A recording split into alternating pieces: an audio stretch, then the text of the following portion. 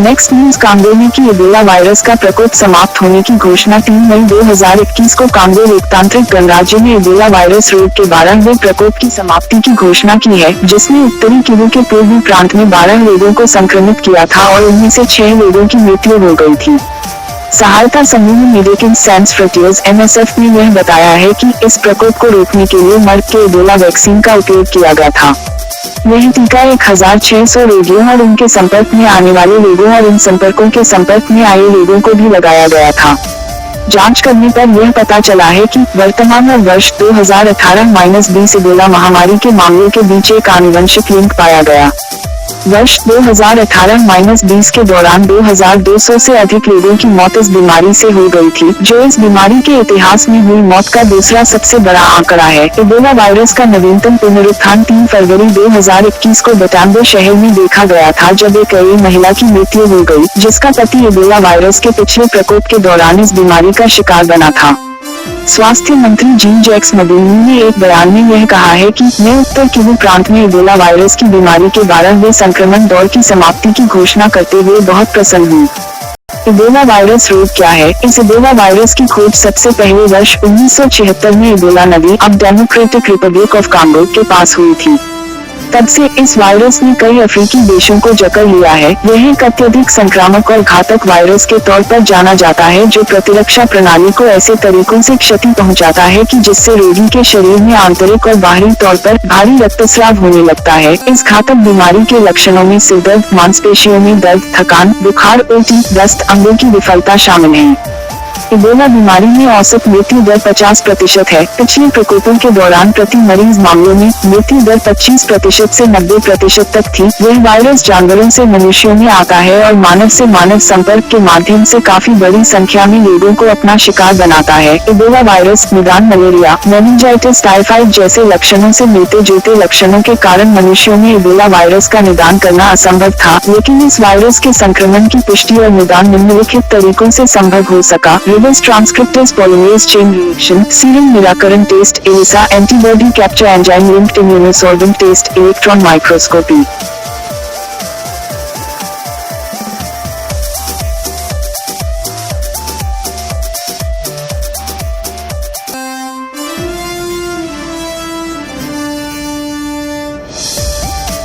NSA ने भारतीय तटरक्षक बल के स्वदेशी जहाज सजग को किया जहाजी बेड़े में शामिल। भारत के राष्ट्रीय सुरक्षा सलाहकार NSA ने 29 मई 2021 को भारतीय तटरक्षक ICG जहाज सजग को संचालित किया, जो 105 मीटर अपतटीय गश्ती जहाजों OPV की श्रृंखला में तीसरा है। कीर्ति चक्र विजेता राष्ट्रीय सुरक्षा सलाहकार अजीत डोभाल ने 29 मई को डॉक्टर अजय कुमार, रक्षा सचिव और महानिदेशक Krishnaswamy Natarajan, PVSN, PTM, TM, महानिदेशक भारतीय तटरक्षक बल और केंद्र और राज्य सरकार के वरिष्ठ अधिकारियों की उपस्थिति में सजग को कमीशन किया।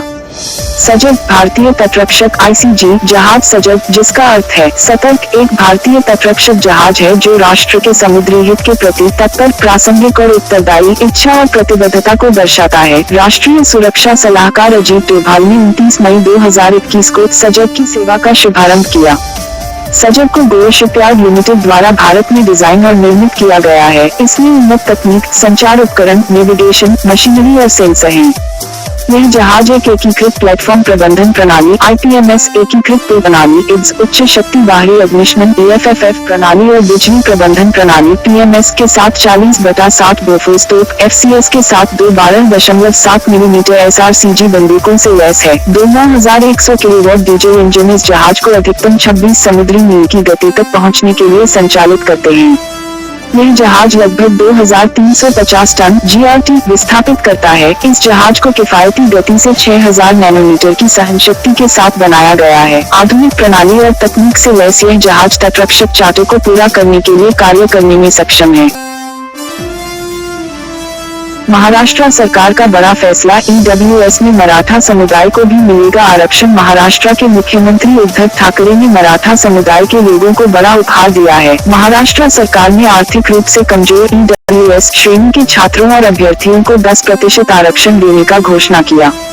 राज्य सरकार के इस नए आदेश के मुताबिक अब मराठा अभ्यर्थी सीधी सेवा में EWS आरक्षण का लाभ उठा सकते हैं।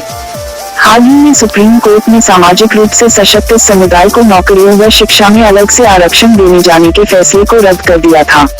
EWS आरक्षण का लाभ सरकार ने आर्थिक रूप से कमजोर EWS कैटेगरी छात्रों और अभ्यर्थियों को 10% का आरक्षण देने का फैसला लिया है। इसके अलावा ये मराठा उम्मीदवार सीधी सेवा भर्ती में 10% EWS आरक्षण का लाभ उठा सकते हैं। इस संबंध में राज्य सरकार की ओर से आदेश जारी कर दिया गया है।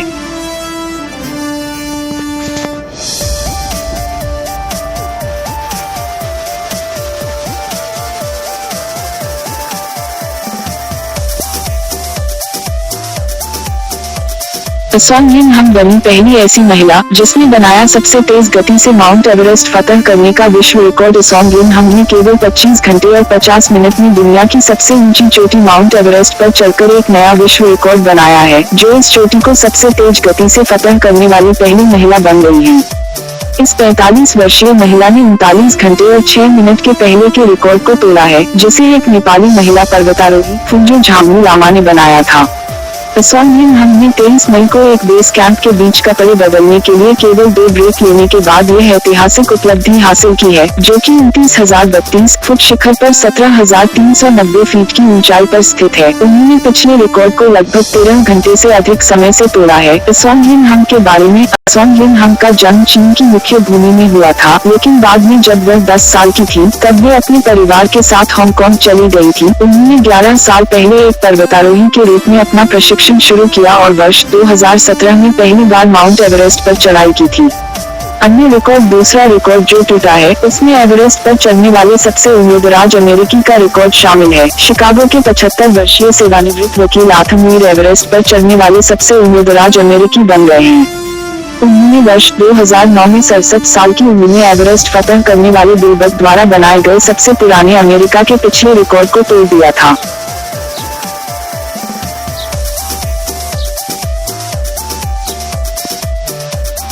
प्रधानमंत्री मोदी ने कोविड-19 फ्रंटलाइन वर्कर्स के लिए अनुकूलित क्रैश कोर्स कार्यक्रम किया शुरू। 18 जून 2021 को प्रधानमंत्री मोदी ने कोविड-19 फ्रंटलाइन वर्कर्स के लिए एक कस्टमाइज्ड क्रैश कोर्स प्रोग्राम की शुरुआत की है। इस कार्यक्रम को संबोधित करते हुए प्रधानमंत्री मोदी ने यह कहा कि सरकार सभी को मुफ्त में कोरोना वायरस का टीका उपलब्ध कराने के लिए प्रतिबद्ध है। उन्होंने यह भी कहा कि देश में 21 जून से टीकाकरण का दायरा बढ़ाया जाएगा और 18 साल से ऊपर के सभी लोगों को भी वही सुविधा दी जाएगी जो 45 साल से ऊपर के लोगों को अभी तक दी गई है। प्रधानमंत्री मोदी ने अपने इस संबोधन में ग्रामीण औषधालयों में तैनात एएनएम, आशा और स्वास्थ्य कर्मियों की भूमिका की भी सराहना की और यह कहा कि उन्होंने टीके लगाने की व्यवस्था और संक्रमण की रोकथाम में महत्वपूर्ण योगदान दिया है।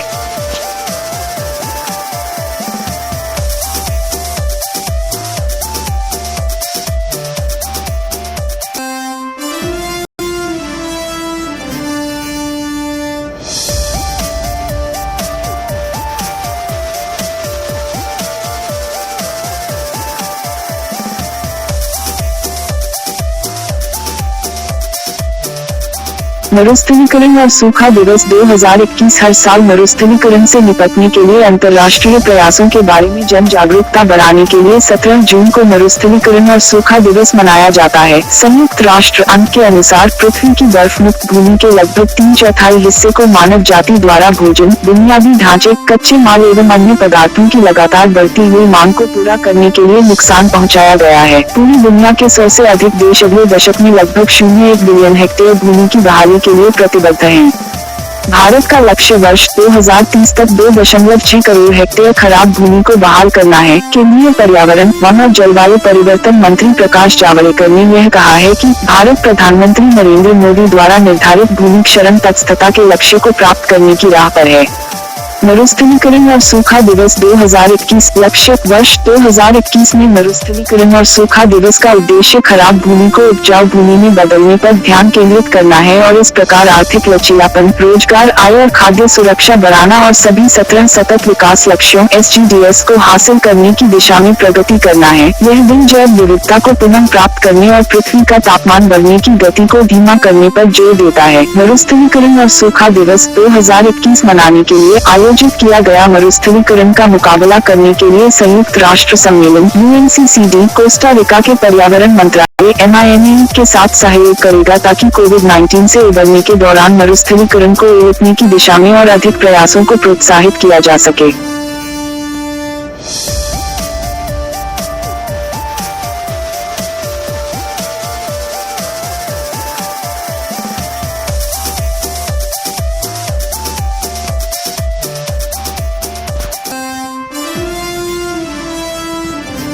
भारत में आया ग्रीन फंगस का पहला मामला। कोरोना वायरस की दूसरी लहर के बीच black fungus, yellow fungus, white fungal के बीच अब देश में पहली बार ग्रीन फंगस का मामला सामने आया है। ग्रीन फंगस का पहला मामला मध्य प्रदेश इंदौर से सामने आया है। मालूम हो कि ब्लैक फंगस को पहले ही देश के राज्यों में महामारी घोषित कर दिया है और अब ग्रीन फंगस का खतरे से लोग डरे हुए हैं। स्वास्थ्य विभाग के एक अधिकारी के अनुसार मरीज पिछले 1.5 माह से इंदौर के अस्पताल में अपना इलाज करा रहे थे, लेकिन उनके फेफड़ों का 90% इन्वॉल्वमेंट खत्म नहीं हो रहा था, जबकि उनका हर मुमकिन इलाज किया गया था। इसके बाद अस्पताल में मरीज के फेफड़ों की जांच की तो पता चला कि मरीज के लंग्स में ग्रीन रंग का एक फंगस है। ग्रीन फंगस क्या है? एक्सपर्ट्स के मुताबिक अस्परजिलस फंगस को ही आम भाषा में ग्रीन फंगस कहा जाता है। अस्परजिलस कई तरह के होते हैं। ये शरीर पर काली, नीली हरी, पीली हरी और भूरे रंग की देखी जाती है। अस्परजिलस फंगल संक्रमण भी फेफड़ों को प्रभावित कर सकता है। इसमें फेफड़ों में मवाद भर जाता है जो इस बीमारी का जोखिम बढ़ा देता है। यह फंगस फेफड़ों को काफी तेजी से संक्रमित कर सकता है। ग्रीन फंगस के लक्षण क्या हैं? US centres for disease control and prevention CDC के अनुसार अलग अलग तरह के अस्परजिलस में अलग तरह के लक्षण दिखते हैं। कॉमन लक्षण अस्थमा जैसे होते हैं, जिसमें सांस लेने में दिक्कत, खांसी और बुखार, सिर दर्द, नाक बहना, साइनाइटिस, नाक जाम होना या नाक बहना, नाक से खून आना, वजन घटना, खांसी में खून, कमजोरी और थकान है। ग्रीन फंगस से कैसे बचें? फंगल इन्फेक्शंस को सिर्फ आसपास हर तरह की स्वच्छता और साथ ही शारीरिक स्वच्छता बनाए रखने से ही रोका जा सकता है। ज्यादा धूल और संग्रहित दूषित पानी वाली जगहों से बचें। ऐसी जगहों पर जाना जरूरी है तो N95 मास्क पहने। हाथ और चेहरे को साबुन पानी से धोते रहें।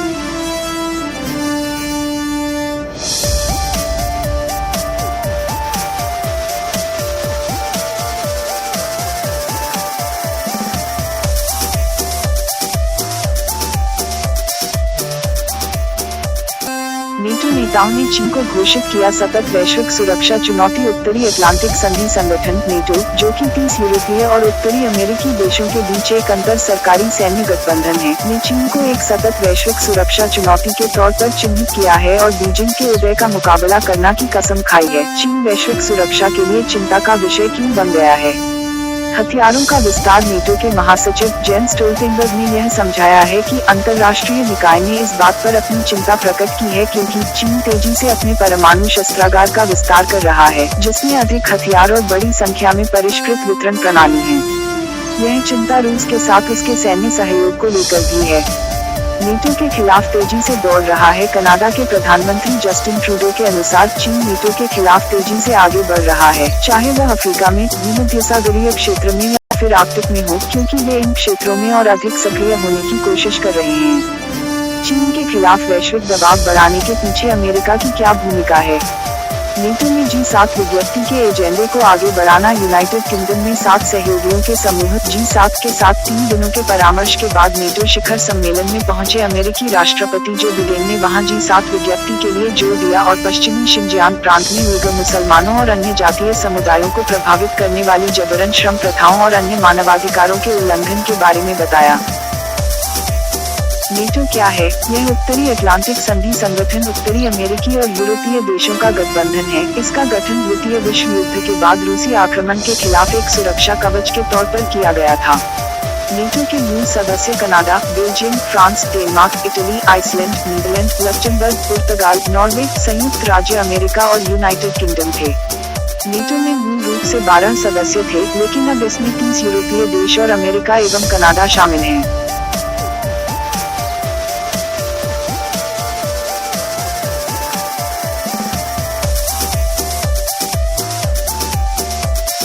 केंद्र सरकार ने आयुध निर्माण बोर्ड की जगह 7 कंपनियां बनाने का फैसला लिया। केंद्र सरकार ने 16 जून 2021 को नीतिगत सुधार की दिशा में बड़ा कदम उठाते हुए लगभग 200 साल पुराने आयुध निर्माण बोर्ड (OFB) के पुनर्गठन के लंबित प्रस्ताव को मंजूरी दी।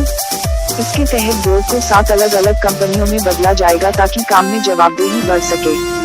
आयुध निर्माण बोर्ड इस समय हथियार और गोला बारूद बनाने के 41 कारखाने चलाता है। आयुध निर्माण बोर्ड को रक्षा क्षेत्र के सार्वजनिक उपक्रमों की तर्ज पर निगमित करने का निर्णय केंद्रीय मंत्रिमंडल की एक बैठक कैबिनेट मीटिंग में लिया गया। लगभग 2 दशक बाद व्यावसायिकता लाने और इसकी उत्पादकता में उल्लेखनीय वृद्धि करने के लिए सुधार के कदम उठाए गए हैं। रक्षा मंत्री के अनुसार सुधार प्रक्रिया को प्रधानमंत्री नरेंद्र मोदी के रक्षा क्षेत्र में आत्मनिर्भरता के दृष्टिकोण के तहत लागू किया जा रहा है। डिफेंस मैन्युफैक्चरिंग क्षेत्र में बढ़ावा। केंद्रीय रक्षा मंत्री राजनाथ सिंह ने इसे ऐतिहासिक निर्णय बताते हुए कहा कि संगठन के लगभग 70,000 कर्मचारियों की सेवा शर्तों में कोई बदलाव नहीं होगा। यह निर्णय भारत के डिफेंस मैन्युफैक्चरिंग क्षेत्र को बढ़ावा देने के प्रयासों से प्रेरित है। उन्होंने कहा कि यह एक बड़ा निर्णय है जो भारत की राष्ट्रीय सुरक्षा आवश्यकताओं को पूरा करता है। यह रक्षा उत्पादन के हमारे लक्ष्यों को प्राप्त करने में मदद करेगा। कर्मचारियों की सेवा शर्तों में कोई बदलाव नहीं होगा।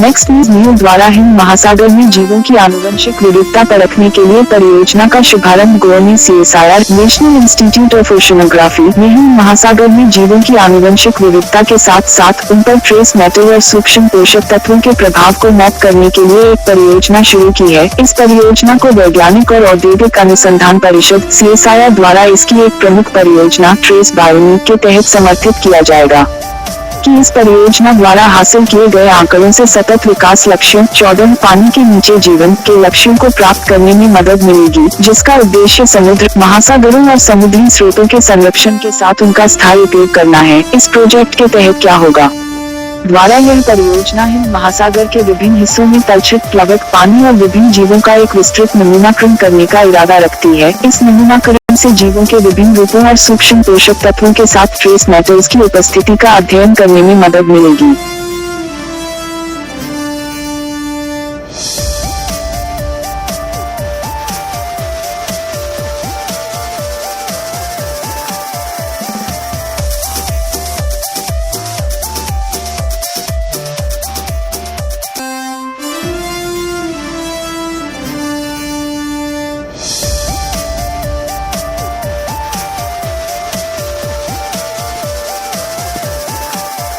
नेक्स्ट न्यूज भारत जॉर्डन संयुक्त कार्य समूह की हुई बैठक। सब्सक्राइब जनशक्ति के क्षेत्र में सहयोग का विस्तार करने के लिए एक समझौता ज्ञापन MOU के तहत पहली भारत जॉर्डन संयुक्त कार्य समूह JWG की बैठक 10 मार्च 2021 को एक वीडियो सम्मेलन के माध्यम से आयोजित की गई।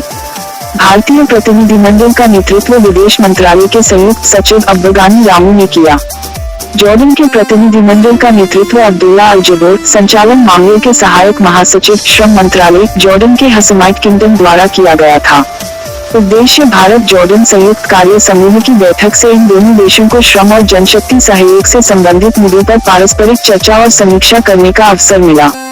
मुख्य विशेषताएं, दोनों देशों के प्रतिनिधिमंडलों ने श्रमिकों के अधिकारों को बढ़ावा देने और उनकी सुरक्षा के लिए संस्थागत उपायों पर और श्रमिक मुद्दों का निपटान करने के लिए अपनी सहमति व्यक्त की। वे दोनों देशों के बीच सकुशल और सुरक्षित तरीके से लोगों की आवाजाही को सुविधाजनक बनाने पर भी सहमत हुए। ये दोनों पक्ष एक समिति बनाने के लिए भी सहमत हुए जिसमें श्रम मंत्रालय, जॉर्डन के हाशमाइट साम्राज्य और अम्मान, जॉर्डन में भारत के दूतावास के अधिकारी शामिल होंगे। यह समिति समान मुद्दों के समाधान के लिए नियमित रूप से बैठक करेगी। जॉर्डन के प्रतिनिधिमंडल ने भारतीय श्रमिकों और पेशेवरों सहित क्षेत्रीय विकास में उनके योगदान के प्रति सकारात्मक भावना व्यक्त की। इस बैठक का निष्कर्ष निकालते हुए यह निर्णय लिया गया कि अगली बैठक भारत में पारस्परिक रूप से सहमत तारीखों पर आयोजित की जाएगी।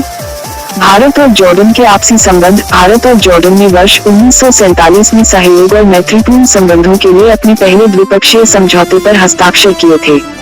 इस समझौते को वर्ष 1950 में औपचारिक रूप दिया गया जब भारत एक गणराज्य बना और इसके बाद इन दोनों देशों के बीच पूर्ण राजनयिक संबंध स्थापित हुए। इन दोनों देशों ने कई उच्च स्तरीय यात्राओं का आयोजन किया है। प्रणब मुखर्जी अक्टूबर 2015 में जॉर्डन जाने वाले पहले भारतीय राष्ट्रपति बने थे। जॉर्डन के किंग अब्दुल्ला द्वितीय बिन अल हुसैन ने फरवरी 2018 में भारत जॉर्डन बिजनेस फोरम द्वारा आयोजित सीईओ गोलमेज सम्मेलन में भाग लेने के लिए भारत में अपनी दूसरी यात्रा संपन्न की और भारतीय प्रधानमंत्री नरेंद्र मोदी से मुलाकात की। इराक, सऊदी अरब और चीन के बाद भारत जॉर्डन का चौथा सबसे बड़ा व्यापार भागीदार है। इन दोनों देशों के बीच व्यापार वर्ष 1976 के द्विपक्षीय समझौते के अनुसार प्रबंधित किया जाता है। Next news. जल शक्ति मंत्रालय ने जल निगरानी और गुणवत्ता परीक्षण के लिए फ्रेमवर्क का किया शुभारंभ। जल शक्ति मंत्रालय ने 13 मार्च 2021 को पेयजल गुणवत्ता की निगरानी और देखरेख के लिए दिशा निर्देशों फ्रेमवर्क का शुभारंभ किया। मंत्रालय ने एक ऑनलाइन पोर्टल जल गुणवत्ता सूचना प्रबंधन प्रणाली WQMIS को भी लॉन्च किया, जो इस उद्देश्य के लिए प्रयोगशालाओं पर विस्तृत जानकारी प्रदान करेगा। उद्देश्य। राष्ट्रीय जीवन मिशन के अतिरिक्त सचिव और मिशन निदेशक भारत लाल के अनुसार इस कार्यक्रम का उद्देश्य पानी की गुणवत्ता के बारे में विश्वास की भावना पैदा करना है और इसके साथ ही लोग पानी की गुणवत्ता का परीक्षण भी कर सकते हैं। भारत सरकार ने मेरा राशन मोबाइल ऐप किया लॉन्च। 12 मार्च 2021 को केंद्रीय उपभोक्ता मामले, खाद्य और सार्वजनिक वितरण मंत्रालय ने ऐसे राशन कार्ड धारकों के लिए मेरा राशन मोबाइल ऐप लॉन्च किया, जो आजीविका की तलाश में नए स्थानों पर पलायन करते हैं।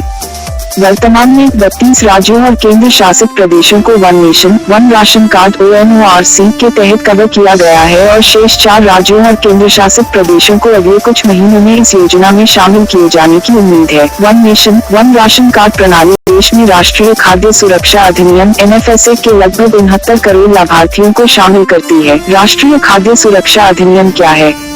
केंद्र राष्ट्रीय खाद्य सुरक्षा अधिनियम के तहत सार्वजनिक वितरण प्रणाली PDS के माध्यम से 81 करोड़ से अधिक लोगों को 0.103 रुपये प्रति किलोग्राम पर अत्यधिक सब्सिडी वाले खाद्यान्न प्रदान करता है। यह अधिनियम 32 राज्यों और केंद्र शासित प्रदेशों में राशन कार्ड पोर्टेबिलिटी सेवा one nation one ration card ONORC भी प्रदान करता है।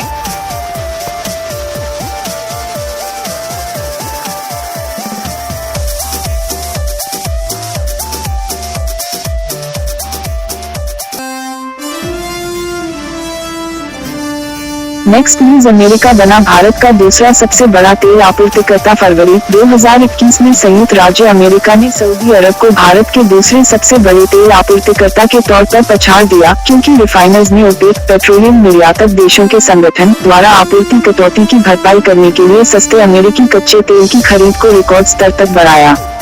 तेल की आपूर्ति में यह परिवर्तन अमेरिकी कच्चे तेल की कम मांग से प्रेरित होकर सऊदी के स्वैच्छिक अतिरिक्त 0.1 मिलियन BPD उत्पादन कटौती के साथ हुआ, जो ओपेक और उसके सहयोगियों द्वारा एक समझौते के शीर्ष कार्यक्रम के तहत कम उत्पादन को बनाए रखने के लिए निर्धारित की गई थी। दुनिया के तीसरे सबसे बड़े तेल आयातक और उपभोक्ता के तौर पर भारत ने वैश्विक अर्थव्यवस्था में सुधार करने के लिए अपना योगदान देने के लिए तेल आपूर्ति पर लगे प्रतिबंधों को कम करने के लिए प्रमुख तेल उत्पादकों को बार बार बुलाया था। देश ने वैश्विक स्तर पर तेल की कीमतों में बढ़ोतरी में योगदान के लिए सऊदी की स्वैच्छिक कटौती की ओर भी इशारा किया था। अमेरिका से बड़ी तेल की आपूर्ति। अमेरिका, वैश्विक शीर्ष उत्पादक, से भारत द्वारा तेल का आयात पिछले महीने की तुलना में फरवरी 2021 में 4,845% बढ़कर 5,45,300 बैरल प्रतिदिन (BPD) हो गया था। यह पिछले महीने भारत के कुल आयात का 14% हिस्सा था।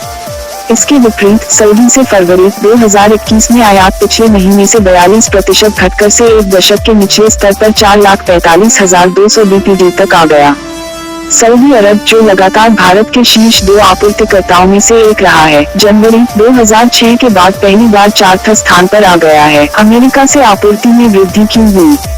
चूंकि अमेरिका में मांग कम थी और रिफाइनरियां कम दरों पर चल रही थी, अमेरिकी कच्चे तेल को कहीं और निर्यात करने की जरूरत थी और एशिया को एकमात्र ऐसे क्षेत्र के रूप में पहचाना गया जिसमें तेजी से मांग में बढ़ोतरी देखी गई। इराक अभी भी है भारत का शीर्ष तेल विक्रेता। इराक अभी भी भारत का शीर्ष तेल है। 5 महीने के निचले स्तर पर तेल खरीद में 23% की गिरावट के बावजूद देश ने 8,67,500 BPD के साथ अपनी स्थिति बनाए रखी है। ओपेक के दूसरे सबसे बड़े उत्पादक के तौर पर इराक ने कई भारतीय रिफाइनर को तेल की वार्षिक आपूर्ति कम कर दी। इराक द्वारा समूह के उत्पादन समझौते के तहत अपने दायित्वों को पूरा करने के लिए यह कदम उठाया गया था।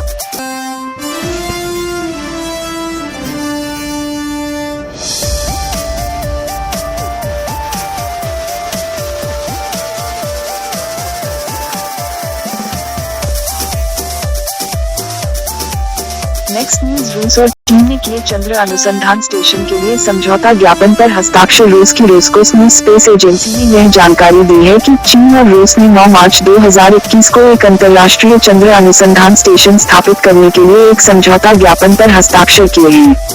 इन दोनों राष्ट्रों के बीच इस समझौता ज्ञापन पर एक वीडियो कॉन्फ्रेंस के माध्यम से आयोजित बैठक के दौरान चीन के राष्ट्रीय अंतरिक्ष प्रशासन के प्रमुख झांग केजियान और रोसकोस्मोस के प्रमुख दिमित्री रोगोजिन ने हस्ताक्षर किए।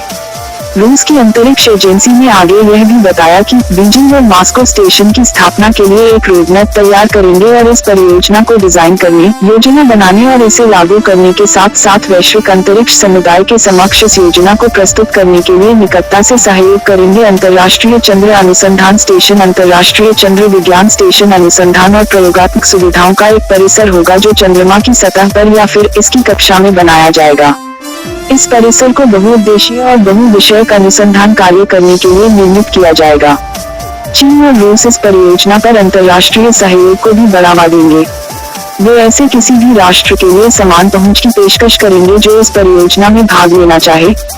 चंद्र अंतरिक्ष स्टेशन के लिए चीन और रूस का सहयोग अंतरिक्ष में अपनी इस नवीनतम संयुक्त परियोजना के लिए दोनों देश सह परामर्श, साझा लाभ और संयुक्त निर्माण के सिद्धांत का पालन करेंगे।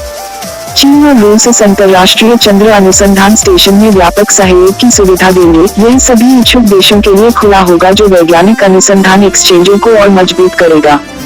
यह परियोजना अन्वेषण और मानवता के शांतिपूर्ण उद्देश्यों के लिए बाहरी स्थान के उपयोग को बढ़ावा देगी। रूस और चीन के बीच हैं गहरे आपसी संबंध। रूस और चीन ने हाल के वर्षों में अपने संबंधों को काफी मजबूत बनाया है, विशेष रूप से वर्ष 2014 के बाद से, जब रूस ने यूक्रेन से क्रीमिया को जीत लिया था, जिससे पश्चिम के साथ रूस के संबंध बुरी तरह प्रभावित हुए थे। चीन अपने अंतरिक्ष कार्यक्रम के शुरुआती वर्षों में रूसी विशेषज्ञता पर काफी हद तक निर्भर था, लेकिन वर्ष 2003 में अपने पहले चालक दल के मिशन की शुरुआत के बाद से चीन इस क्षेत्र में काफी हद तक आत्मनिर्भर बन गया है।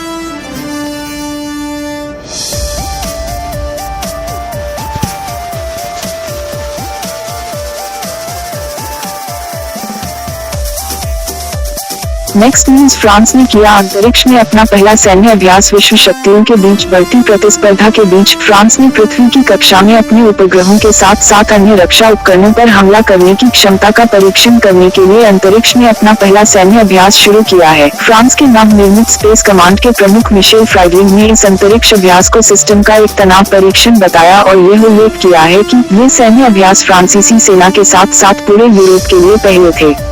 वर्ष 1965 के पहले फ्रांसीसी उपग्रह की याद में एस्टेरैक्स नाम से तैयार किए गए इस अभ्यास को एक ऑपरेशन कक्ष में 18 सिम्युलेटेड घटनाओं के आधार पर कार्यान्वित किया जाएगा।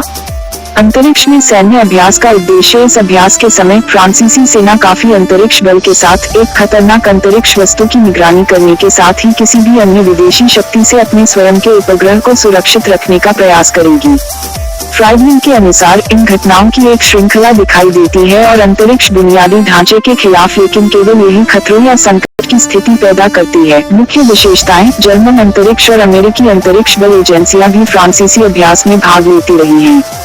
ये सैन्य अभ्यास 8 मार्च को शुरू हुए और 12 मार्च 2021 तक चलेंगे। वर्ष 2019 में फ्रांस की अंतरिक्ष कमान की घोषणा की गई और वर्ष 2025 तक 500 कर्मियों को अंतरिक्ष में तैनात करने का लक्ष्य रखा गया। वर्ष 2019-2025 की बजट अवधि में फ्रांस द्वारा इस अंतरिक्ष कार्यक्रम में निवेश 4.3 बिलियन यूरो तक पहुँचने की उम्मीद है। यह निवेश चीन या संयुक्त राज्य अमेरिका द्वारा खर्च की गई राशि का एक अंश है। अंतरिक्ष में सैन्यीकरण को रोकने का उद्देश्य। फ्रांस के रक्षा मंत्री फ्लोरेंस पार्ली ने यह कहा था कि हमारे सहयोगी और विरोधी अंतरिक्ष का सैन्यीकरण कर रहे हैं। उन्होंने आगे यह भी कहा कि फ्रांस ने रूस, अमेरिका और चीन के साथ अपनी स्थिति को मजबूत करने के लिए एंटी सैटेलाइट लेजर हथियार और नई निगरानी क्षमताओं को विकसित करने की योजना बनाई है।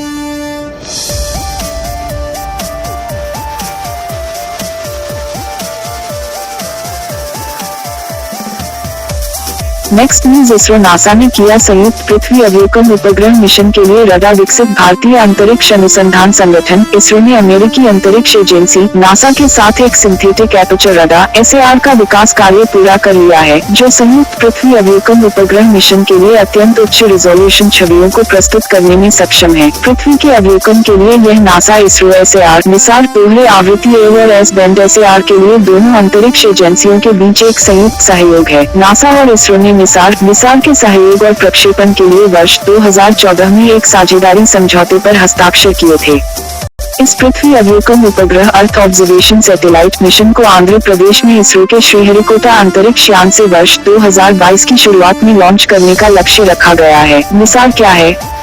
पृथ्वी की सतह में 1 सेंटीमीटर से कम के परिवर्तनों को मापने के लिए 2 अलग-अलग रडार आवृत्तियों S बैंड और A बैंड का उपयोग करने के लिए दोनों अंतरिक्ष एजेंसियों द्वारा निसार पहला उपग्रह मिशन होगा। नासा और इसरो ने विकसित किया radar. National aeronautics and space administration NASA mission के L band SAR GPS receiver विज्ञान डाटा के लिए एक उच्च दर संचार उपतंत्र, पेलोड डाटा सबसिस्टम और एक सॉलिड स्टेट रिकॉर्डर प्रदान कर रहा है, जबकि इसरो संबंधित लॉन्च सेवाओं और मिशन के लिए S बैंड SAR अंतरिक्ष यान बस लॉन्च वाहन प्रदान कर रहा है। इसका लक्ष्य भूमि की सतह के परिवर्तनों के कारणों और परिणामों का वैश्विक माप करना है। निसार के कार्य। निसार बर्फ की चादर ढहने से लेकर पारिस्थितिकी तंत्र की गड़बड़ी के साथ साथ सुनामी, भूकंप, भूस्खलन और ज्वालामुखी सहित सभी किस्म के प्राकृतिक खतरों से लेकर अत्यधिक जटिल प्रक्रियाओं के निराकरण का एक साधन प्रदान करेगा। यह मिशन पृथ्वी की गतिशील सतहों, बदलते पारिस्थितिकी तंत्र और बर्फ की मात्रा को मापेगा। यह प्राकृतिक खतरों, बायोमास, भूजल और समुद्र के स्तर में वृद्धि के बारे में भी जानकारी प्रदान करेगा और अन्य अनुप्रयोगों के लिए एक मेजबान के तौर पर भी सहायता करेगा। बेसलाइन 3 वर्षीय मिशन के लिए निसार 12 दिन की नियमितता के साथ वैश्विक स्तर पर पृथ्वी की बर्फ से ढकी सतहों और भूमि की सतहों का निरीक्षण करेगा और आमतौर पर प्रत्येक 6 दिन में पृथ्वी का नमूना लेगा।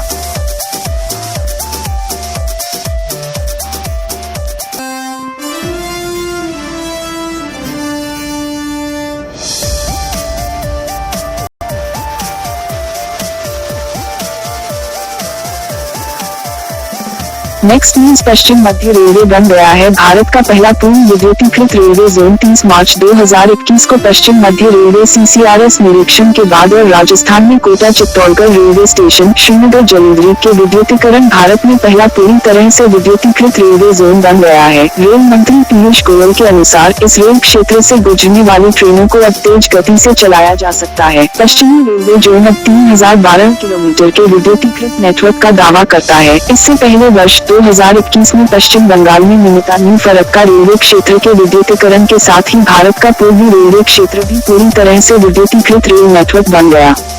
राजस्थान के कोटा चित्तौड़गढ़ रेलखंड का विद्युतीकरण पूर्ण होने के साथ ही पश्चिम मध्य रेलवे देश का पहला पूर्ण विद्युतीकृत जोन बन गया है। यहाँ से गुजरने वाली ट्रेनों का संचालन अब तेज गति से किया जा सकेगा। इससे तेल की बचत, यात्रा समय में कमी व पर्यावरण सुरक्षा जैसे लाभ मिलेंगे। पश्चिम मध्य रेलवे क्षेत्र का विद्युतीकरण विभिन्न क्षेत्रों जैसे कि यात्रा के समय में कमी, ईंधन की बचत के साथ साथ पर्यावरण संरक्षण में फायदेमंद होगा। मुख्य विशेषताएं। इससे पहले केंद्रीय मंत्री ने यह सूचित किया कि रेलवे विद्युतीकरण की गति का 4.5 गुना से अधिक विस्तार किया गया है। यह वर्ष 2009-2014 में 608 किलोमीटर प्रति वर्ष से बढ़कर वर्ष 2014-2020 में 2737 किलोमीटर हो गया है। दिसंबर 2023 तक रेल मंत्रालय का ब्रॉड गेज रेल नेटवर्क के 100% विद्युतीकरण का उद्देश्य है। नई लाइनों के निर्माण की गति, गेज परिवर्तन दोहरीकरण में भी वर्ष 2009-2014 में प्रति वर्ष 1520 किलोमीटर से वर्ष 2014-2020 में 2625 किलोमीटर तक 70% से अधिक।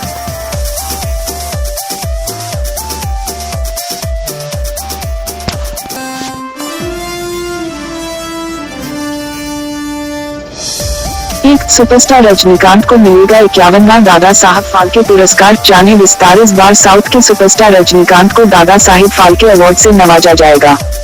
कोरोना वायरस की वजह से इस बार सभी पुरस्कारों को घोषणा देरी से हुई है। प्रकाश जावड़ेकर ने प्रेस कॉन्फ्रेंस में कहा कि आज इस साल का दादा साहब फाल्के अवार्ड महान नायक रजनीकांत को घोषित करते हुए हमें बहुत खुशी है। रजनीकांत ने 25 साल की उम्र में अपने फिल्मी करियर की शुरुआत की।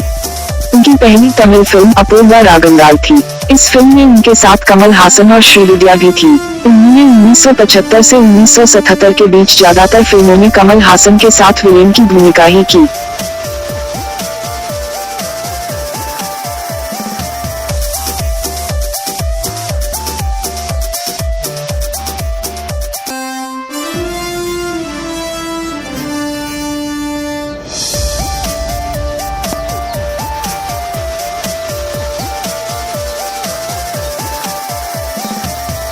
भारत वर्ष 2025 तक टीबी मुक्त होगा। डॉक्टर हर्षवर्धन। केंद्रीय स्वास्थ्य मंत्री हर्षवर्धन ने देशवासियों से भारत को टीबी मुक्त बनाने के प्रयास करने की अपील करते हुए हाल ही में बताया कि केंद्र शासित प्रदेश लक्षद्वीप एवं जम्मू कश्मीर का बडगाम देश में सबसे पहले टीबी मुक्त घोषित किए जाने वाले स्थान बन गए हैं। स्वास्थ्य मंत्रालय ने एक बयान में बताया कि हर्षवर्धन ने डॉक्टर आम्बेडकर अंतर्राष्ट्रीय केंद्र में विश्व क्षय रोग दिवस पर आयोजित कार्यक्रम का उद्घाटन करने के बाद कहा कि 2020 में टीबी से निपटने की दिशा में कुछ रुकावटें आईं, लेकिन कोविड-19 वैश्विक महामारी की चुनौती के बावजूद भारत के टीबी कार्यक्रम के तहत 18.04 लाख टीबी के मामले दर्ज किए गए। 4. केंद्र सरकार ने 1 अप्रैल से चुनावी बॉन्ड जारी करने को मंजूरी दी। राजनीतिक दलों को दिए जाने वाले चंदे में पारदर्शिता लाने के प्रयास के तहत चुनावी बॉन्ड की व्यवस्था की गई है। इसके तहत राजनीतिक दलों को नकद चंदे के बजाय चुनावी बॉन्ड का विकल्प रखा गया है। हालांकि विपक्षी दल ऐसे बॉन्ड के जरिए चंदे में कथित पारदर्शिता की कमी को लेकर चिंता जताते रहे हैं। बयान के मुताबिक भारतीय स्टेट बैंक (SBI) को 1 अप्रैल 2021 से 10 अप्रैल 2021 के दौरान 29 अधिकृत शाखाओं के जरिए चुनावी बॉन्ड की 16वें चरण की बिक्री और उसे भुनाने के लिए अधिकृत किया गया है। SBI की ये 29 शाखाएं कोलकाता, गुवाहाटी, चेन्नई, तिरुवनंतपुरम, पटना, नई दिल्ली, चंडीगढ़, शिमला, श्रीनगर, देहरादून, गांधीनगर, भोपाल, रायपुर, मुंबई और लखनऊ जैसे शहरों में है। 5. राष्ट्रपति ने राष्ट्रीय राजधानी क्षेत्र संशोधन विधेयक को मंजूरी दी। इस विधेयक को लोकसभा में 22 मार्च और राज्यसभा में 24 मार्च को पारित किया गया था। सरकारी अधिकारी का कहना है कि दिल्ली के उपराज्यपाल को निर्वाचित सरकार पर प्रमुखता देने वाले विधेयक को राष्ट्रपति ने मंजूरी प्रदान कर दी है। इस विधेयक के उद्देश्यों एवं कारणों के मुताबिक विधेयक में दिल्ली विधानसभा में पारित विधान के परिप्रेक्ष्य में सरकार का आशय राष्ट्रीय राजधानी क्षेत्र दिल्ली के उपराज्यपाल से होगा। इसमें की स्थिति संघराज्य क्षेत्र की होगी, जिससे विधायी उपबंधों के निर्वाचन में अस्पष्टताओं पर ध्यान दिया जा सके। इस संबंध में धारा 21 में एक उपधारा जोड़ी जाएगी। 9. दिल्ली छावनी में भारत दक्षिण कोरिया मैत्री पार्क का संयुक्त रूप से उद्घाटन। हाल ही में भारतीय रक्षा मंत्री राजनाथ सिंह और उनके दक्षिण कोरियाई समकक्ष सुखबीर ने दिल्ली छावनी में आयोजित एक समारोह में भारत दक्षिण कोरिया मैत्री पार्क का संयुक्त रूप से उद्घाटन किया। पाक को 1950-53 के कोरियाई युद्ध के दौरान दिए गए भारतीय शांतिरक्षक सेना के योगदान की याद में बनाया गया है। दिल्ली छावनी में स्थित इस पार्क की महत्ता केवल भारत दक्षिण कोरिया के मजबूत मित्रता संबंधों के प्रतीक के रूप में ही नहीं है, बल्कि संयुक्त राष्ट्र के तत्वावधान में वर्ष 1950-53 के बीच हुए कोरियाई युद्ध में हिस्सा लेने वाले 21 देशों में से एक भारत के योगदान को दर्शाना भी है। 10 सूरत के हजीरा बंदरगाह से दीव के बीच क्रूज सेवा को मिली हरी झंडी। केंद्रीय मंत्री मनसुख मंडाविया ने कहा कि 2014 से पहले भारतीय बंदरगाहों पर केवल 139 क्रूज सेवा ही संचालित होती थी, लेकिन आज हमारे पास देश में कोविड-19 महामारी के बावजूद 450 क्रूज सेवाएं हैं। साल 2014 के बाद से क्रूज सेवा द्वारा यात्रा करने वाले पर्यटकों की संख्या में लगातार वृद्धि हुई है। क्रूज हजीरा से दीव की दूरी 13 से 14 घंटे लगेंगे, जबकि रेल मार्ग से वेरावल तक जाने में लगभग इतना ही समय लग जाता है। वहीं सड़क मार्ग से जाने में लगभग 15.5 घंटे लगते हैं। क्रूज में एक ट्रिप 300 यात्री सफर कर सकेंगे। इसमें 16 केबिन भी हैं। इससे पहले हजीरा और घोघा के बीच रोपैक्स सेवा शुरू की गई थी।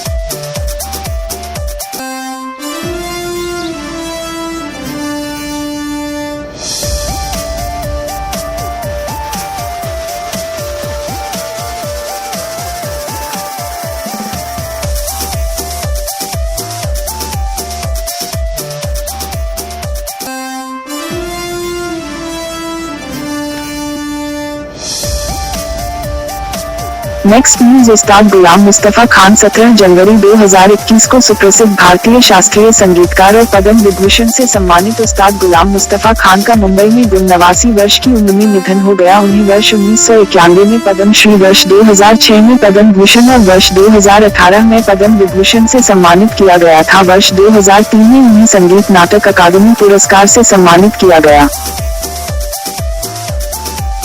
Next news. शाहीन मिसाइल। हाल ही में पाकिस्तान ने शाहीन 3 मिसाइल का सफल परीक्षण किया है। यह परमाणु क्षमता वाली सतह से सतह पर मार करने वाली बैलिस्टिक मिसाइल है, जो 2750 की मीटर के लक्ष्य को भेद सकती है। मिसाइल के प्रक्षेपण हथियार प्रणाली के विभिन्न डिजाइन और तकनीकी मापदंडों को पुनः मान्यता प्रदान करने के उद्देश्य से की गई है।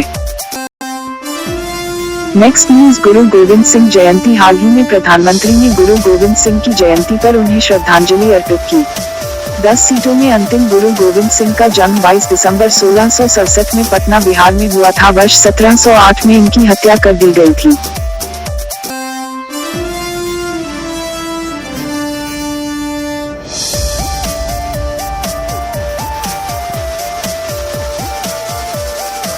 नेक्स्ट न्यूज, इंडोनेशिया का सेम्यू ज्वालामुखी चर्चा में क्यों? हाल ही में इंडोनेशिया के पूर्व जावा प्रांत में स्थित सेम्यू ज्वालामुखी में विस्फोट हुआ है। इंडोनेशिया में स्थित अन्य ज्वालामुखी जिसमें मेरापी ज्वालामुखी, जावा और सेनाबंद ज्वालामुखी सी मात्रा शामिल है कि कुछ समय पूर्व ही विस्फोट हुआ था। शैम्यू, जिन्हें द ग्रेट माउंटबेटन के रूप में भी जाना चाहता है, जावा का सबसे उच्चतम ज्वालामुखी शिखर है तथा सर्वाधिक सक्रिय ज्वालामुखी में से एक है। इसमें अंतिम बार दिसंबर 2019 को विस्फोट हुआ था। नेक्स्ट न्यूज, भारतीय सेना दिवस। पाक में प्रतिवर्ष 15 जनवरी को जवानों और भारतीय सेना के सम्मान में सेना दिवस मनाया जाता है। इस वर्ष भारत का 73वां सेना दिवस माना जाता है। 15 जनवरी 1950 को फील्ड मार्शल के.एन. करियप्पा ने अंतिम British commander in chief general Francis Bhushan ने भारतीय सेना के कमांडर इन चीफ का कार्यभार ग्रहण किया। के.एन. करियप्पा ने जय हिंद के नारे को अपनाना, जिसका अर्थ है भारत की विजय।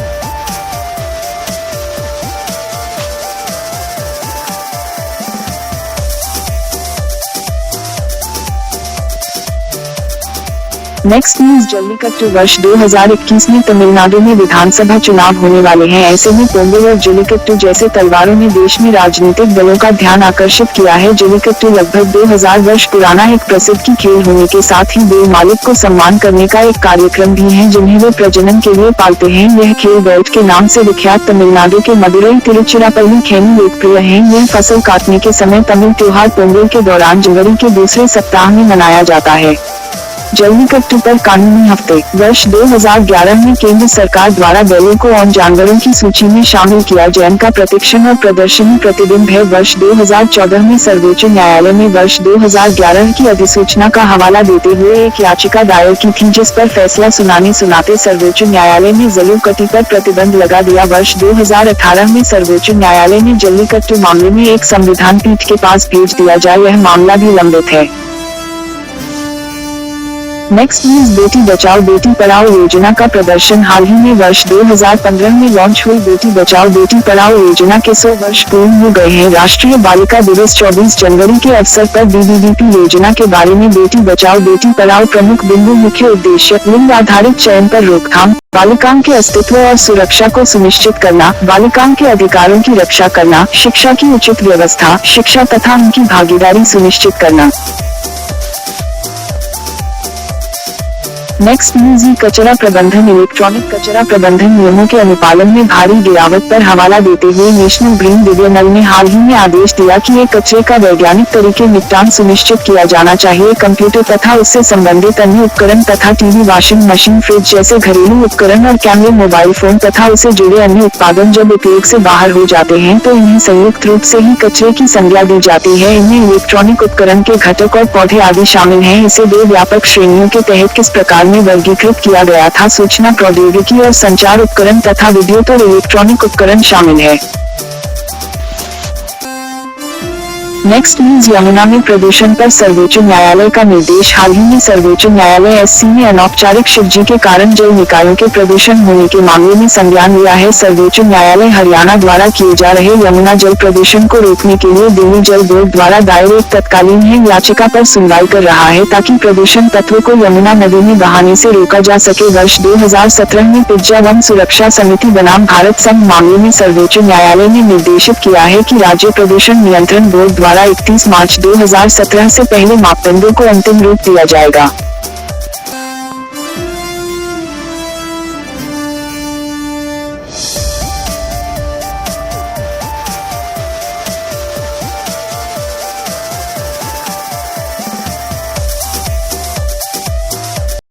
नेक्स्ट न्यूज, भारत सिंगापुर रक्षा मंत्रियों की 5वीं वार्ता चर्चा में क्यों? हाल ही में भारत और सिंगापुर के रक्षा मंत्रियों की 5वीं वार्ता का आयोजन वीडियो कॉन्फ्रेंसिंग के माध्यम से सफलतापूर्वक किया गया। दोनों नौसेना के बीच में पंडित या बचाव सहायता और शव को लेकर समझौते पर हस्ताक्षर किया। दोनों देश ने हवाई फायरिंग और सैन्य पाठ्यक्रमों को कोर्ट अपडेट के लिए परंपरागत व्यवस्था स्थापित करने हेतु किए गए समझौते पर जल्द से जल्द पूरा करने के प्रति अपना पूर्ण समर्थन व्यक्त किया। अगस्त 2020 में मानवीय सहायता और आपदा राहत सहयोग पर समझौते सहित द्विपक्षीय रक्षा सहयोग का विस्तार करने वाली पहलुओं पर बातचीत की है।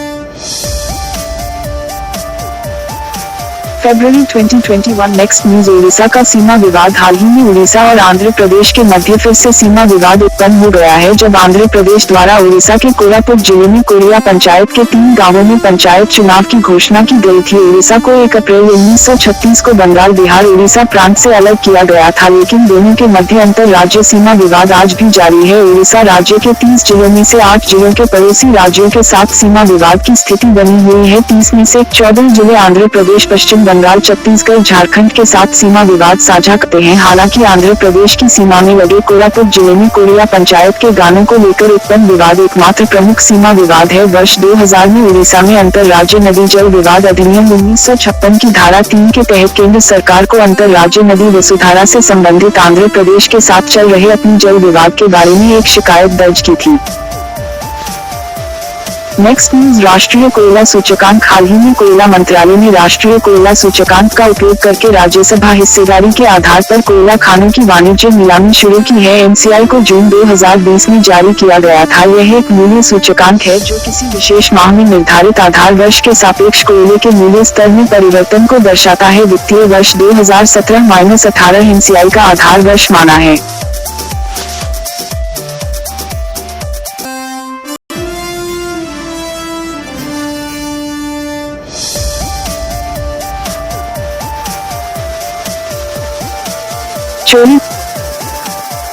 चोरी चोरा कांड के 100 साल। हाल ही में चोरी चोरा कांड के 100 साल पूरे होने के अवसर पर प्रधानमंत्री द्वारा एक डाक टिकट जारी किया है। चोरी चोरा उत्तर प्रदेश के गोरखपुर जिले में स्थित है कस्बा है। इस कस्बे में 4 फरवरी 1922 को एक हिंसक घटना घटित हुई थी। किसानों की भीड़ ने यहां के एक पुलिस स्टेशन में आग लगा दी थी, जिनके कारण 22 पुलिसकर्मियों की मौत हो गई थी। इस घटना को देखकर महात्मा गांधी ने असहयोग आंदोलन 1920-1922 को वापस ले लिया। गांधी जी ने ब्रिटिश सरकार के खिलाफ 1 अगस्त 1920 को सेवक आंदोलन शुरू किया। स्वरासोरी कस्बे में 4 फरवरी को स्वयं सेवकों ने बैठक की और जुलूस निकालने के लिए पास के मुंडेरा बाजार को चुना गया था। पुलिस कर्मियों ने उन्हें जुलूस निकालने से रोकने का प्रयास किया। इसी दौरान पुलिस और शिष्य के बीच में झड़प हुई। पुलिस ने भीड़ पर गोलियां चला दी, जिससे कुछ लोग मारे गए और कई घायल हुए। गुस्साई भीड़ ने अपनी पुलिस स्टेशन में आग लगा दी, जिसमें 23 पुलिसकर्मी मारे गए थे। पुलिस कर्मियों की पीट कर मार डाला। हथियारों सहित पुलिस को काफी सारी संपत्ति नष्ट कर दी थी।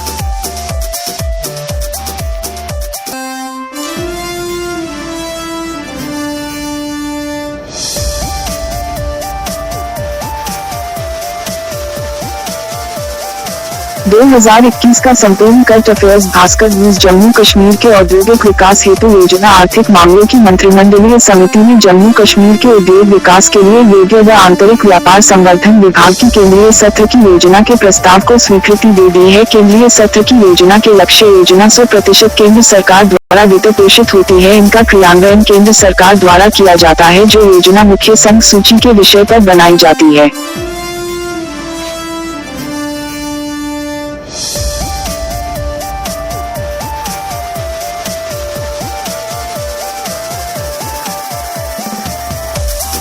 Next news. नेपाल में राजनीतिक संकट। हाल ही में नेपाल के प्रधानमंत्री के.पी. शर्मा ओली द्वारा अपने देश की संसद को भंग करने के फैसले के बाद नेपाल में राजनीतिक संकट की स्थिति उत्पन्न हो गई। नेपाली प्रधानमंत्री के अनुसार यह निर्णय सत्तारूढ़ दल नेपाली कम्युनिस्ट पार्टी एनसीपी में चल रही आश्रित रस्साकशी की पृष्ठभूमि में लिया गया है। भारत नेपाल संबंधों में वर्तमान मुद्दे। वर्ष 1950 की संधि में संशोधन। नेपाल द्वारा दोनों देशों के बीच वर्ष 1950 में हुई संधि भारत नेपाल शांति और मित्रता संधि में संशोधन की मांग की गई। भारत ने इसे स्वीकार कर लिया। हालांकि यह मामला अभी भी लंबित है, क्योंकि नेपाल ने यह स्पष्ट नहीं किया कि भारत की सुरक्षा चिंताओं और नेपाल के विकास संबंधी आकांक्षा के बीच उचित संतुलन कैसे बनाया जाए। 2. हालिया सीमा विवाद। काला पानी सीमा विवाद ने नेपाल में भारत को लोकप्रिय सभी को क्षति पहुंचाई है। इसका लाभ उठाते हुए नेपाल ने वर्तमान नेतृत्व के एकतरफा निर्णय लेते हुए एक नया मानचित्र जारी किया, जिसमें काला पानी, लिपुलेख और नींबू अधूरा को नेपाल के हिस्सों के रूप में दर्शाया गया है। गौरतलब है कि भारत इन तीनों स्थानों को अपने क्षेत्र अधिकार का हिस्सा बताता है। ऐसे में इसी राज्य सीमा विवाद के कारण भारत नेपाल संबंधों इतिहास के सबसे निचले स्तर पर पहुँच गए हैं।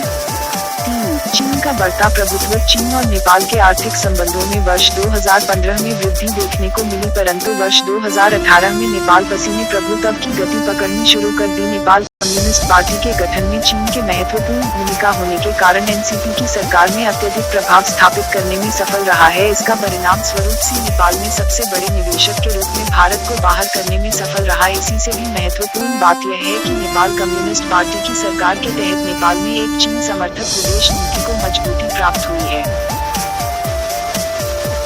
Next news. होर्मुज जलमरुमंडल। यह ईरान और ओमान को अलग करने वाला जल मार्ग है, जो फ्रांस की खाड़ी को ओमान की खाड़ी और अरब सागर को जोड़ता है। इसके उत्तर में ईरान और दक्षिण में संयुक्त राज्य अमेरिका और मुसलमान का एक एन्क्लेव स्थित है। जल मरुमध्य अपने सबसे संकेत बिंदु पर 21 मील चौड़ी है, लेकिन इसमें शॉपिंग इन दोनों दिशाओं की में सिर्फ 2 मील चौड़ी है। यह जल मरुमध्य विश्व में रणनीतिक रूप से सर्वाधिक महत्व बिंदुओं में से एक है। लगभग 2/3 तेल और तकरीबन 50% दलाली करता प्राकृतिक गैस LNG का भारतीय आयात ईरान और ओमान के बीच जल मधुमंडल के माध्यम से होता है।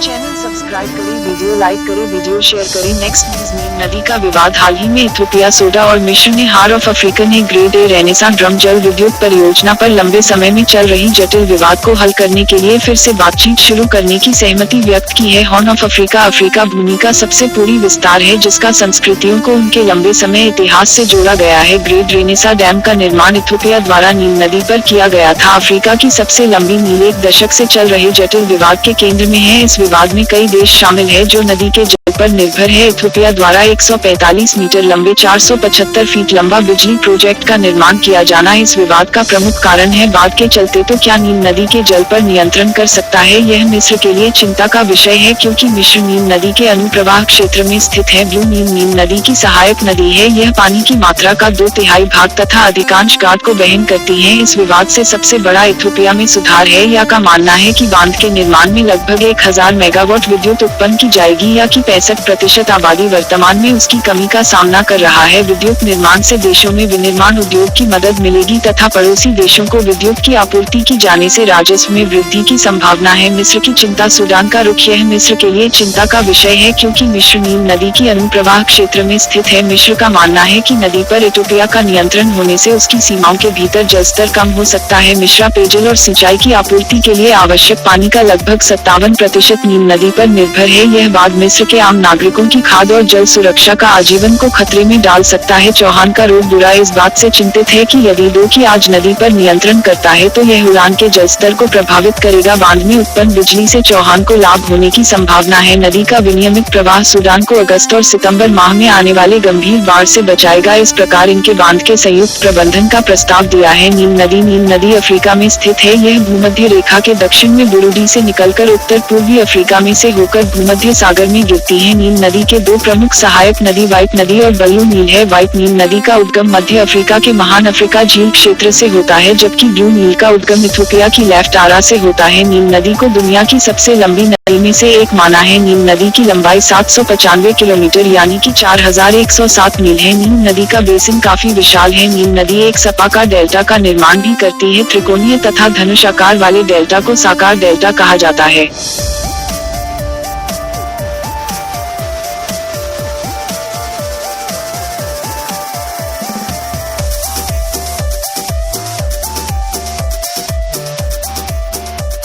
नेक्स्ट न्यूज, भारत और मंगोलिया संबंध चर्चा में क्यों? हाल ही में भारत और मंगोलिया ने हाइड्रोकार्बन तथा क्षेत्र में द्विपक्षीय सहयोग की समीक्षा की है। भारत ने मंगोलियाई रिफाइनरी परियोजना को समय पर पूरा करने के लिए अपना प्रतिबंध व्यक्त की ताकि मंगोलिया अपने पहले तेल रिफाइनरी स्थापित की जा सके। इस समीक्षा की है। भारत ने मंगोलियाई रिफाइनरी परियोजना को समय पर पूरा करने के लिए अपना प्रतिबंध व्यक्त की ताकि मंगोलिया अपने पहले तेल रिफाइनरी स्थापित की जा सके। इस पहली रिफाइनरी में मंगोलिया को इंडियन आयात पर निर्भरता में कमी आएगी। भारत मंगोलिया संबंध ऐतिहासिक तथ्य, भारत और मंगोलिया अपनी शाहजहांपुर विरासत के कारण आध्यात्मिक रूप से जुड़े हुए हैं। राजनीतिक संबंध, भारत ने वर्ष 1955 में मंगोलिया के साथ राजनीतिक संबंध स्थापित की है क्योंकि मंगोलिया ने भारत को आध्यात्मिक पड़ोसी और राजनीतिक साझेदारी घोषणा की। इस तरह भारत सोवियत संघ ब्लॉक के बाहर उन शुरुआती देशों में से एक है जिन्होंने मंगोलिया के साथ राजनीतिक संबंध स्थापित किए थे। भारत की एक्ट ईस्ट नीति के तहत वर्ष 2015 में पहली बार भारतीय प्रधानमंत्री मंगोलिया गए थे। अंतर्राष्ट्रीय सहयोग, मंगोलिया ने संयुक्त राष्ट्र सुरक्षा परिषद के स्थायी सीट के लिए भारत की सदस्यता हेतु अपने समर्थन को एक बात से दोहराया। मंगोलिया ने भारत और भूटान के साथ बांग्लादेश की मान्यता के लिए वर्ष 1952 के संयुक्त राष्ट्र के प्रस्ताव को प्रायोजित किया था। अन्य फोरम जिसमें दोनों देश सदस्य एशिया यूरोप मीटिंग और विश्व व्यापार संगठन WTO, बाद में और भी शंघाई सहयोग संगठन SCO में भारत एक सदस्य देश है जबकि मंगोलिया एक पर्यवेक्षक देश है। प्रयोग, दोनों देश के बीच नोमैडिक एलिफेंट नाम से युद्ध अभ्यास का आयोजन किया जाता है। इस अभ्यास का मुख्य उद्देश्य आतंकवाद विरोधी और काउंटर टेररिज्म ऑपरेशन हेतु सैनिकों को प्रशिक्षण करना। मंगोलिया द्वारा आयोजित खान का बेस्ट नामक एक वार्षिक प्रशिक्षण में भारत की सक्रिय रूप से हिस्सा लेना।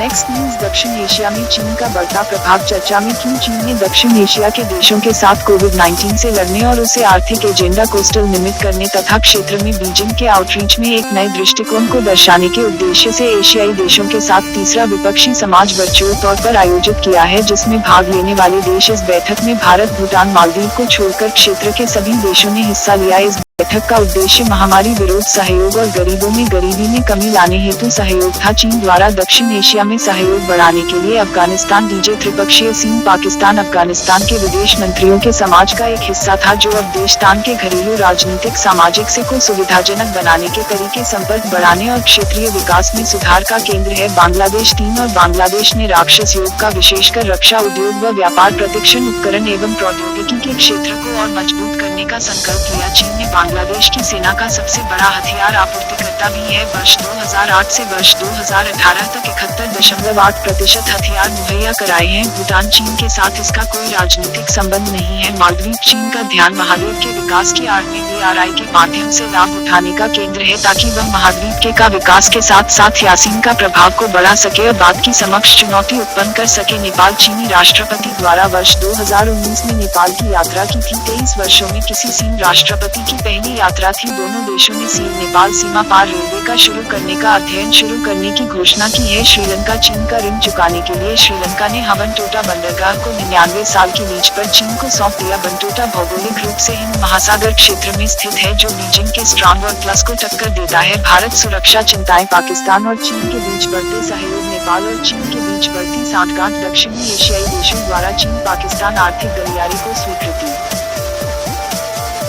नेक्स्ट न्यूज, बर्ड फ्लू का खतरा। हाल ही में राजस्थान राज्य में बर्ड फ्लू की चपेट में आने के कारण सैकड़ों कौवे की मृत्यु हो गई। इस वजह से अधिकारियों द्वारा राज्य में हाई अलर्ट जारी कर दिया गया है। बर्ड फ्लू, जिसे एशियन इन्फ्लुएंजा के रूप में भी जाना जाता है, एक अत्यधिक संक्रामक विषाणु वायरस जनित बीमारी है, जो भोजन के रूप में उपयोग होने पर कई प्रकार की पक्षी प्रजातियों के साथ साथ पालतू और जंगली पक्षियों को प्रभावित करती है। नेक्स्ट न्यूज, कोविशील्ड और कोवैक्सीन की समिति उपयोग की मंजूरी। हाल ही में drug controller general of India ने देश में कोरोना वायरस के विरुद्ध वैक्सीन के समिति उपयोग के लिए कोविशील्ड और कोवैक्सीन को मंजूरी दे दी है। कोविशील्ड, कोवैक्सीन और BNT ने केंद्रीय औषधि मानक नियंत्रण संगठन के समक्ष आपातकालीन उपयोग हेतु मंजूरी के लिए आवेदन किया था। नेक्स्ट न्यूज, वायुसेना के लिए तेजस का अधिग्रहण। हाल ही में सुरक्षा मामलों पर मंत्रिमंडलीय समिति ने भारतीय वायुसेना के लिए 48,000 करोड़ रुपए की लागत के 83 तेजस हल्के लड़ाकू विमानों के अधिग्रहण की मंजूरी दे दी है। 83 तेजस विमानों में से LCA तेजस लड़ाकू विमान और 10 LCA तेजस MK-1 ट्रेनर विमान शामिल है। विशेषताएं, यह अपने वर्ग में सबसे हल्का, सबसे छोटा और टेलियस मल्टीरोल सुपरसोनिक लड़ाकू विमान है। यह हवा से सटीक निर्देशित हथियारों को एक रेंज में ले जाने के लिए डिजाइन किया गया है। यह यात्रा के दौरान आकाश में ईंधन भरने में सक्षम है। आपने अधिकतम बुलंद क्षमता 4000 किलो है। यह अधिकतम 1.8 मैक की गति प्राप्त कर सकता है। इस विमान की रेंज 3000 किलोमीटर है।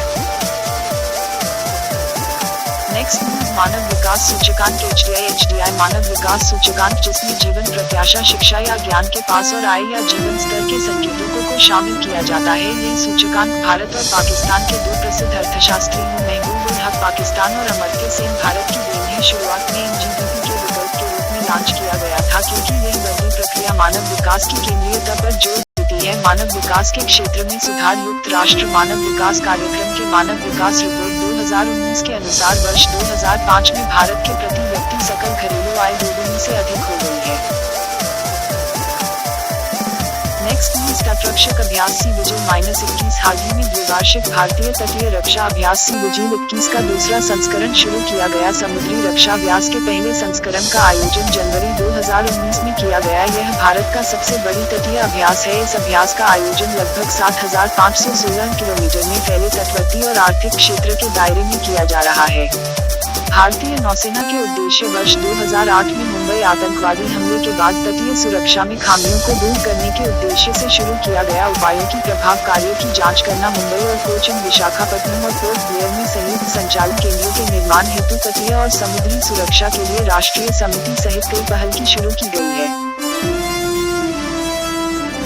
नेक्स्ट न्यूज, आकाश वायु रक्षा मिसाइल प्रणाली। हाल ही में केंद्रीय मंत्रिमंडल ने स्वदेशी आकाश वायु रक्षा मिसाइल के निर्यात को मंजूरी दे दी है। आकाश सतह से हवा में मार करने वाली मिसाइल प्रणाली है, जो लंबी दूरी पर दुश्मन के विमानों का पता लगा सकती है। लगभग 25 किलोमीटर के दायरे में हमला कर सकती है। इसी वर्ष 2014 में भारतीय वायुसेना IAF में और वर्ष 2015 में भारतीय सेना में शामिल किया गया था। भारतीय सेना के पास आकाश वायु रक्षा प्रणाली की 4 इकाइयों और भारतीय वायुसेना के पास एक प्रणाली और 7 इकाइयां मौजूद। नेक्स्ट न्यूज, अंटार्कटिका में भारत का 40वां वैज्ञानिक अभियान। भारत ने हाल ही में अंटार्कटिका में 40वां वैज्ञानिक अभियान शुरू किया। इसके साथ ही अंटार्कटिका में भारत के वैज्ञानिक अभियान के 4 दशक पूरे हो गए हैं। एक नया बिहार में 46 सदस्य वाले दल को गोतत्व से रवाना किया गया। 43 में से 40 सदस्यों को वहां छोड़ने के बाद यह 2 अप्रैल माह में भारत वापस लौटेंगे। नेक्स्ट न्यूज, अमेरिकी राष्ट्रपति पर महाभियोग चर्चा में क्यों अमेरिकी राष्ट्रपति डोनाल्ड ट्रंप अपने कार्यकाल में 2 बार महाभियोग का सामना करने वाले पहले अमेरिकी राष्ट्रपति बन गए हैं। 6 जनवरी 2021 को जब नवनिर्वाचित राष्ट्रपति जो बिडेन के जीत को पर नामित करने के लिए अमेरिकी कांग्रेस का सत्र शुरू हुआ तो डोनाल्ड ट्रंप ने कैपिटल बिल्डिंग पर कब्जा करने का असफल प्रयास किया। नेक्स्ट न्यूज, नेताजी सुभाष चंद्र बोस की जयंती। केंद्र सरकार ने नेताजी सुभाष चंद्र बोस की जयंती को पराक्रम दिवस के रूप में मनाने का निर्णय लिया है। यह भर्ती बस्ती 20 जनवरी को मनाई जाएगी। सुभाष चंद्र बोस की वर्षगांठ को चिन्हित करने के लिए वर्ष भर के कार्यक्रमों की योजना बनाने हेतु प्रधानमंत्री की अध्यक्षता में एक उच्च स्तरीय समिति भी गठित की गई है। सुभाष चंद्र बोस का जन्म 23 जनवरी 1847 ओडिशा के कटक शहर में हुआ था। उनके माता का नाम प्रभावती दत्त बोस और पिता का नाम जानकीनाथ बोस था। वर्ष 1919 में बोस ने भारतीय सिविल सेवा परीक्षा पास की। कुछ समय के बाद उन्होंने अपने पद से इस्तीफा दे दिया। वे स्वामी विवेकानंद के शिक्षकों से अत्यधिक प्रभावित हुए, उन्हें अपना आध्यात्मिक गुरु मानते हैं। उनके राजनीतिक गुरु चित्तरंजन दास थे। नेक्स्ट न्यूज, ब्रिटेन की संसद में कश्मीर पर चर्चा। हाल ही में भारत ने ब्रिटेन के हाउस ऑफ कॉमन्स में कश्मीर मुद्दे पर की गई चर्चा को लेकर चिंता जाहिर की है। इससे पूर्व अक्टूबर 2020 की धारा 370 के निरस्त के 3 माह बाद इटली, ब्रिटेन, फ्रांस, जर्मनी, चेक गणराज्य और पोलैंड से यूरोपीय संसद के 27 सदस्यों वाले एक प्रतिनिधिमंडल ने श्रीनगर कश्मीर का दौरा किया था। चर्चा का आयोजन यूनाइटेड किंगडम की संसद के 4 सदस्यों द्वारा कश्मीर की राजनीतिक स्थिति शीर्षक पर किया था।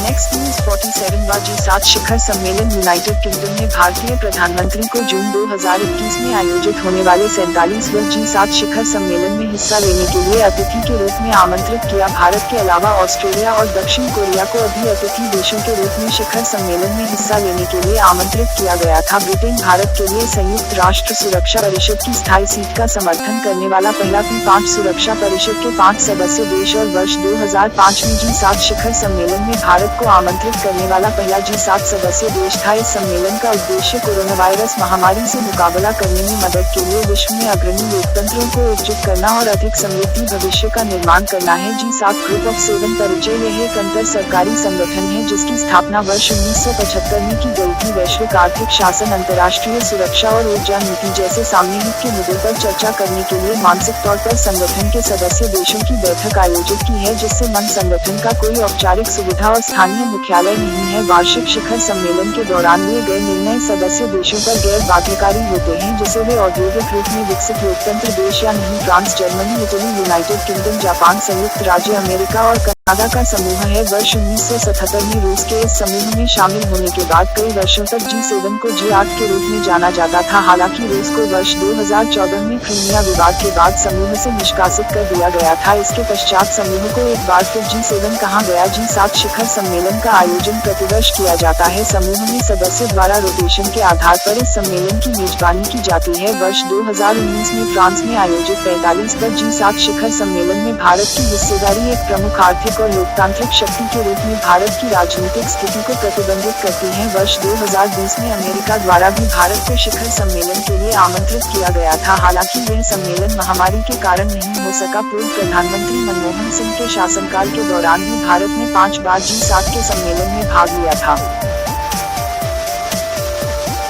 Next news, S-400 Triumph missile प्रणाली S-400 के प्रशिक्षण कार्यक्रम में शामिल होने के लिए भारतीय सैन्य विशेषज्ञों का पहला समूह जल्द ही मॉस्को रूस जाएगा। डिजाइन की गई एक गतिशील और सतह से हवा में मार करने वाली मिसाइल प्रणाली है। यह विश्व की लंबी दूरी की सतह से हवा में मार करने में सक्षम परिचालन के लिए तैनात सबसे खतरनाक आधुनिक मिसाइल है, जिसे अमेरिकी द्वारा विकसित terminal high altitude area defence system से भी बेहतर माना जाता है। इस प्रणाली के साथ एक कर सकती है और उसमें से सबको एक साथ लक्षित कर सकती है। छिंदवाड़ा एसपी का अधिग्रहण किया जाना एक गेम चेंजर के रूप में देखा जा रहा है। हालांकि बाद अकेला प्रभावशीलता बहुत ही सीमित है। नेक्स्ट न्यूज, शहीद दिवस। राष्ट्रपिता मोहनदास करमचंद गांधी की पुण्यतिथि की स्मृति में प्रतिवर्ष 30 जनवरी को शहीद दिवस के रूप में मनाया जाता है। 1948 में आज ही के दिन नाथूराम गोसे ने दिल्ली के बिरला हाउस में महात्मा गांधी को गोली मारकर हत्या कर दी थी। गांधी जी का जन्म पोरबंदर की रियासत में 2 अक्टूबर 18 जून 17 को हुआ था। वर्ष 1893 गांधी जी एक मुकदमे के सिलसिले में दक्षिण अफ्रीका चले गए। राष्ट्रपिता महात्मा गांधी की हत्या के लिए नाथूराम गोसे और सर साजिशकर्ता नारायण अप्टे को 15 नवंबर 1950 को फांसी दी गई थी। नेक्स्ट न्यूज, राष्ट्रीय बालिका दिवस। भारत में प्रतिवर्ष 24 जनवरी को राष्ट्रीय बालिका दिवस के रूप में मनाया जाता है। इस दिवस के आयोजन का प्राथमिक उद्देश्य लिंग भेद के कारण भारतीय समाज में लड़कियों के समक्ष आने वाली चुनौतियों को दूर करने की आवश्यकता पर ध्यान केंद्रित करना है। महिला और बाल विकास मंत्रालय द्वारा इस दिवस को मनाने की शुरुआत वर्ष 2008 में बालिका के अधिकारों और बालिका शिक्षा, स्वास्थ्य और पोषण के महत्व को रेखांकित करने के उद्देश्य के साथ की गई थी। सामाजिक स्तर पर लड़कियों की स्थिति में सुधार करने के उद्देश्य से कई महत्वपूर्ण कदम उठाए गए हैं, जिनमें से बेटी बचाओ बेटी पढ़ाओ अभियान, सुकन्या समृद्धि योजना, बालिकाओं के लिए मुफ्त या अनुदानित शिक्षा और कॉलेज तथा विश्वविद्यालय में सीटों का आरक्षण आदि शामिल है।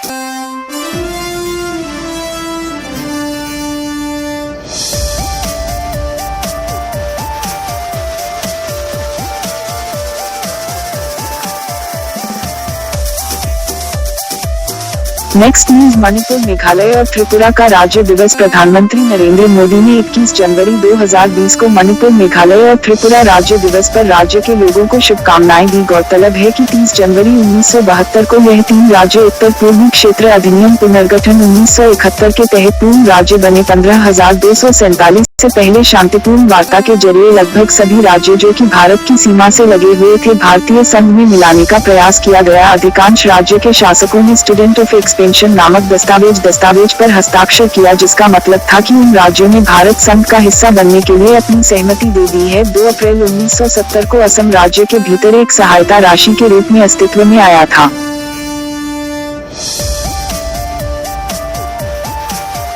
थर्ड लार्जेस्ट डायमंड, इस अफ्रीकी देश में मिला दुनिया का तीसरा सबसे बड़ा हीरा। साथ दुनिया में दूसरा सबसे बड़ा हीरा मिलने के बाद अब तीसरा सबसे बड़ा हीरा मिलने का दावा किया गया है। बोत्सवाना में दुनिया का तीसरा सबसे बड़ा हीरा मिला है। हीरा फर्म बोत्सवाना ने कहा कि उसने 1098 कैरेट के एक पत्थर का पता लगाया है जो तीसरा सबसे बड़ा है। दुनिया का तीसरा हीरा। Photo, social media. अफ्रीका के बोत्सवाना में दुनिया का तीसरा सबसे बड़ा हीरा मिला है। बोत्सवाना हीरा फर्म बोत्सवाना ने बुधवार को कहा कि उसने 1098 कैरेट के एक पत्थर का पता लगाया है, जिसे उसने दुनिया में अपनी तरह का तीसरा सबसे बड़ा बताया है। 1098 कैरेट का हीरा बोत्सवाना कंपनी के इतिहास में पाया जाने वाला सबसे बड़ा गुणवत्ता वाला पत्थर है। दुर्लभ श्रेणी का हीरा मिलने के बाद 1 जून को बोत्सवाना की राजधानी गैबोरोन में राष्ट्रपति को दिखाया गया। बोत्सवाना के प्रबंध निदेशक यूनिट आर्मस्ट्रॉन्ग ने कहा कि यह दुनिया में तीसरा सबसे बड़ा रत्न गुणवत्ता वाला खोज माना जाता है। दुर्लभ और असाधारण पत्थर हीरे और बोत्सवाना के संदर्भ में बहुत मायने रखता है। उन्होंने कहा कि यह उस राष्ट्र के लिए आशा लाता है जो इसे पाने के लिए संघर्ष कर रहा था। दक्षिण अफ्रीका में सबसे बड़ा हीरा 3106 कैरेट का पाया गया था। उन्होंने आगे बताया कि यह कंपनी के इतिहास में पाए जाने वाला रत्न गुणवत्ता का सबसे बड़ा पत्थर भी है, जो सरकार और वैश्विक हीरा दिग्गज डी बीयर्स के बीच एक संयुक्त उद्यम है। बता दें कि 1905 में दक्षिण अफ्रीका में दुनिया में अब तक खोजा गया सबसे बड़ा हीरा 3106 कैरेट का कलेनन था। रूस की खान में मिला था दूसरा सबसे बड़ा हीरा। इससे पहले स्विट्जरलैंड के जेनेवा में इस नायाब हीरे की नीलामी सोथेबे ने की थी। कुछ सालों पहले बैंगनी गुलाबी रंग के हीरे की नीलामी रिकॉर्ड करीब 1.9 अरब रुपयों में हुई थी। इस हीरे की खोज रूस की खान में हुई थी और यह गुलाबी हीरा द स्पिरिट ऑफ द रोज के नाम से जाना जाता है।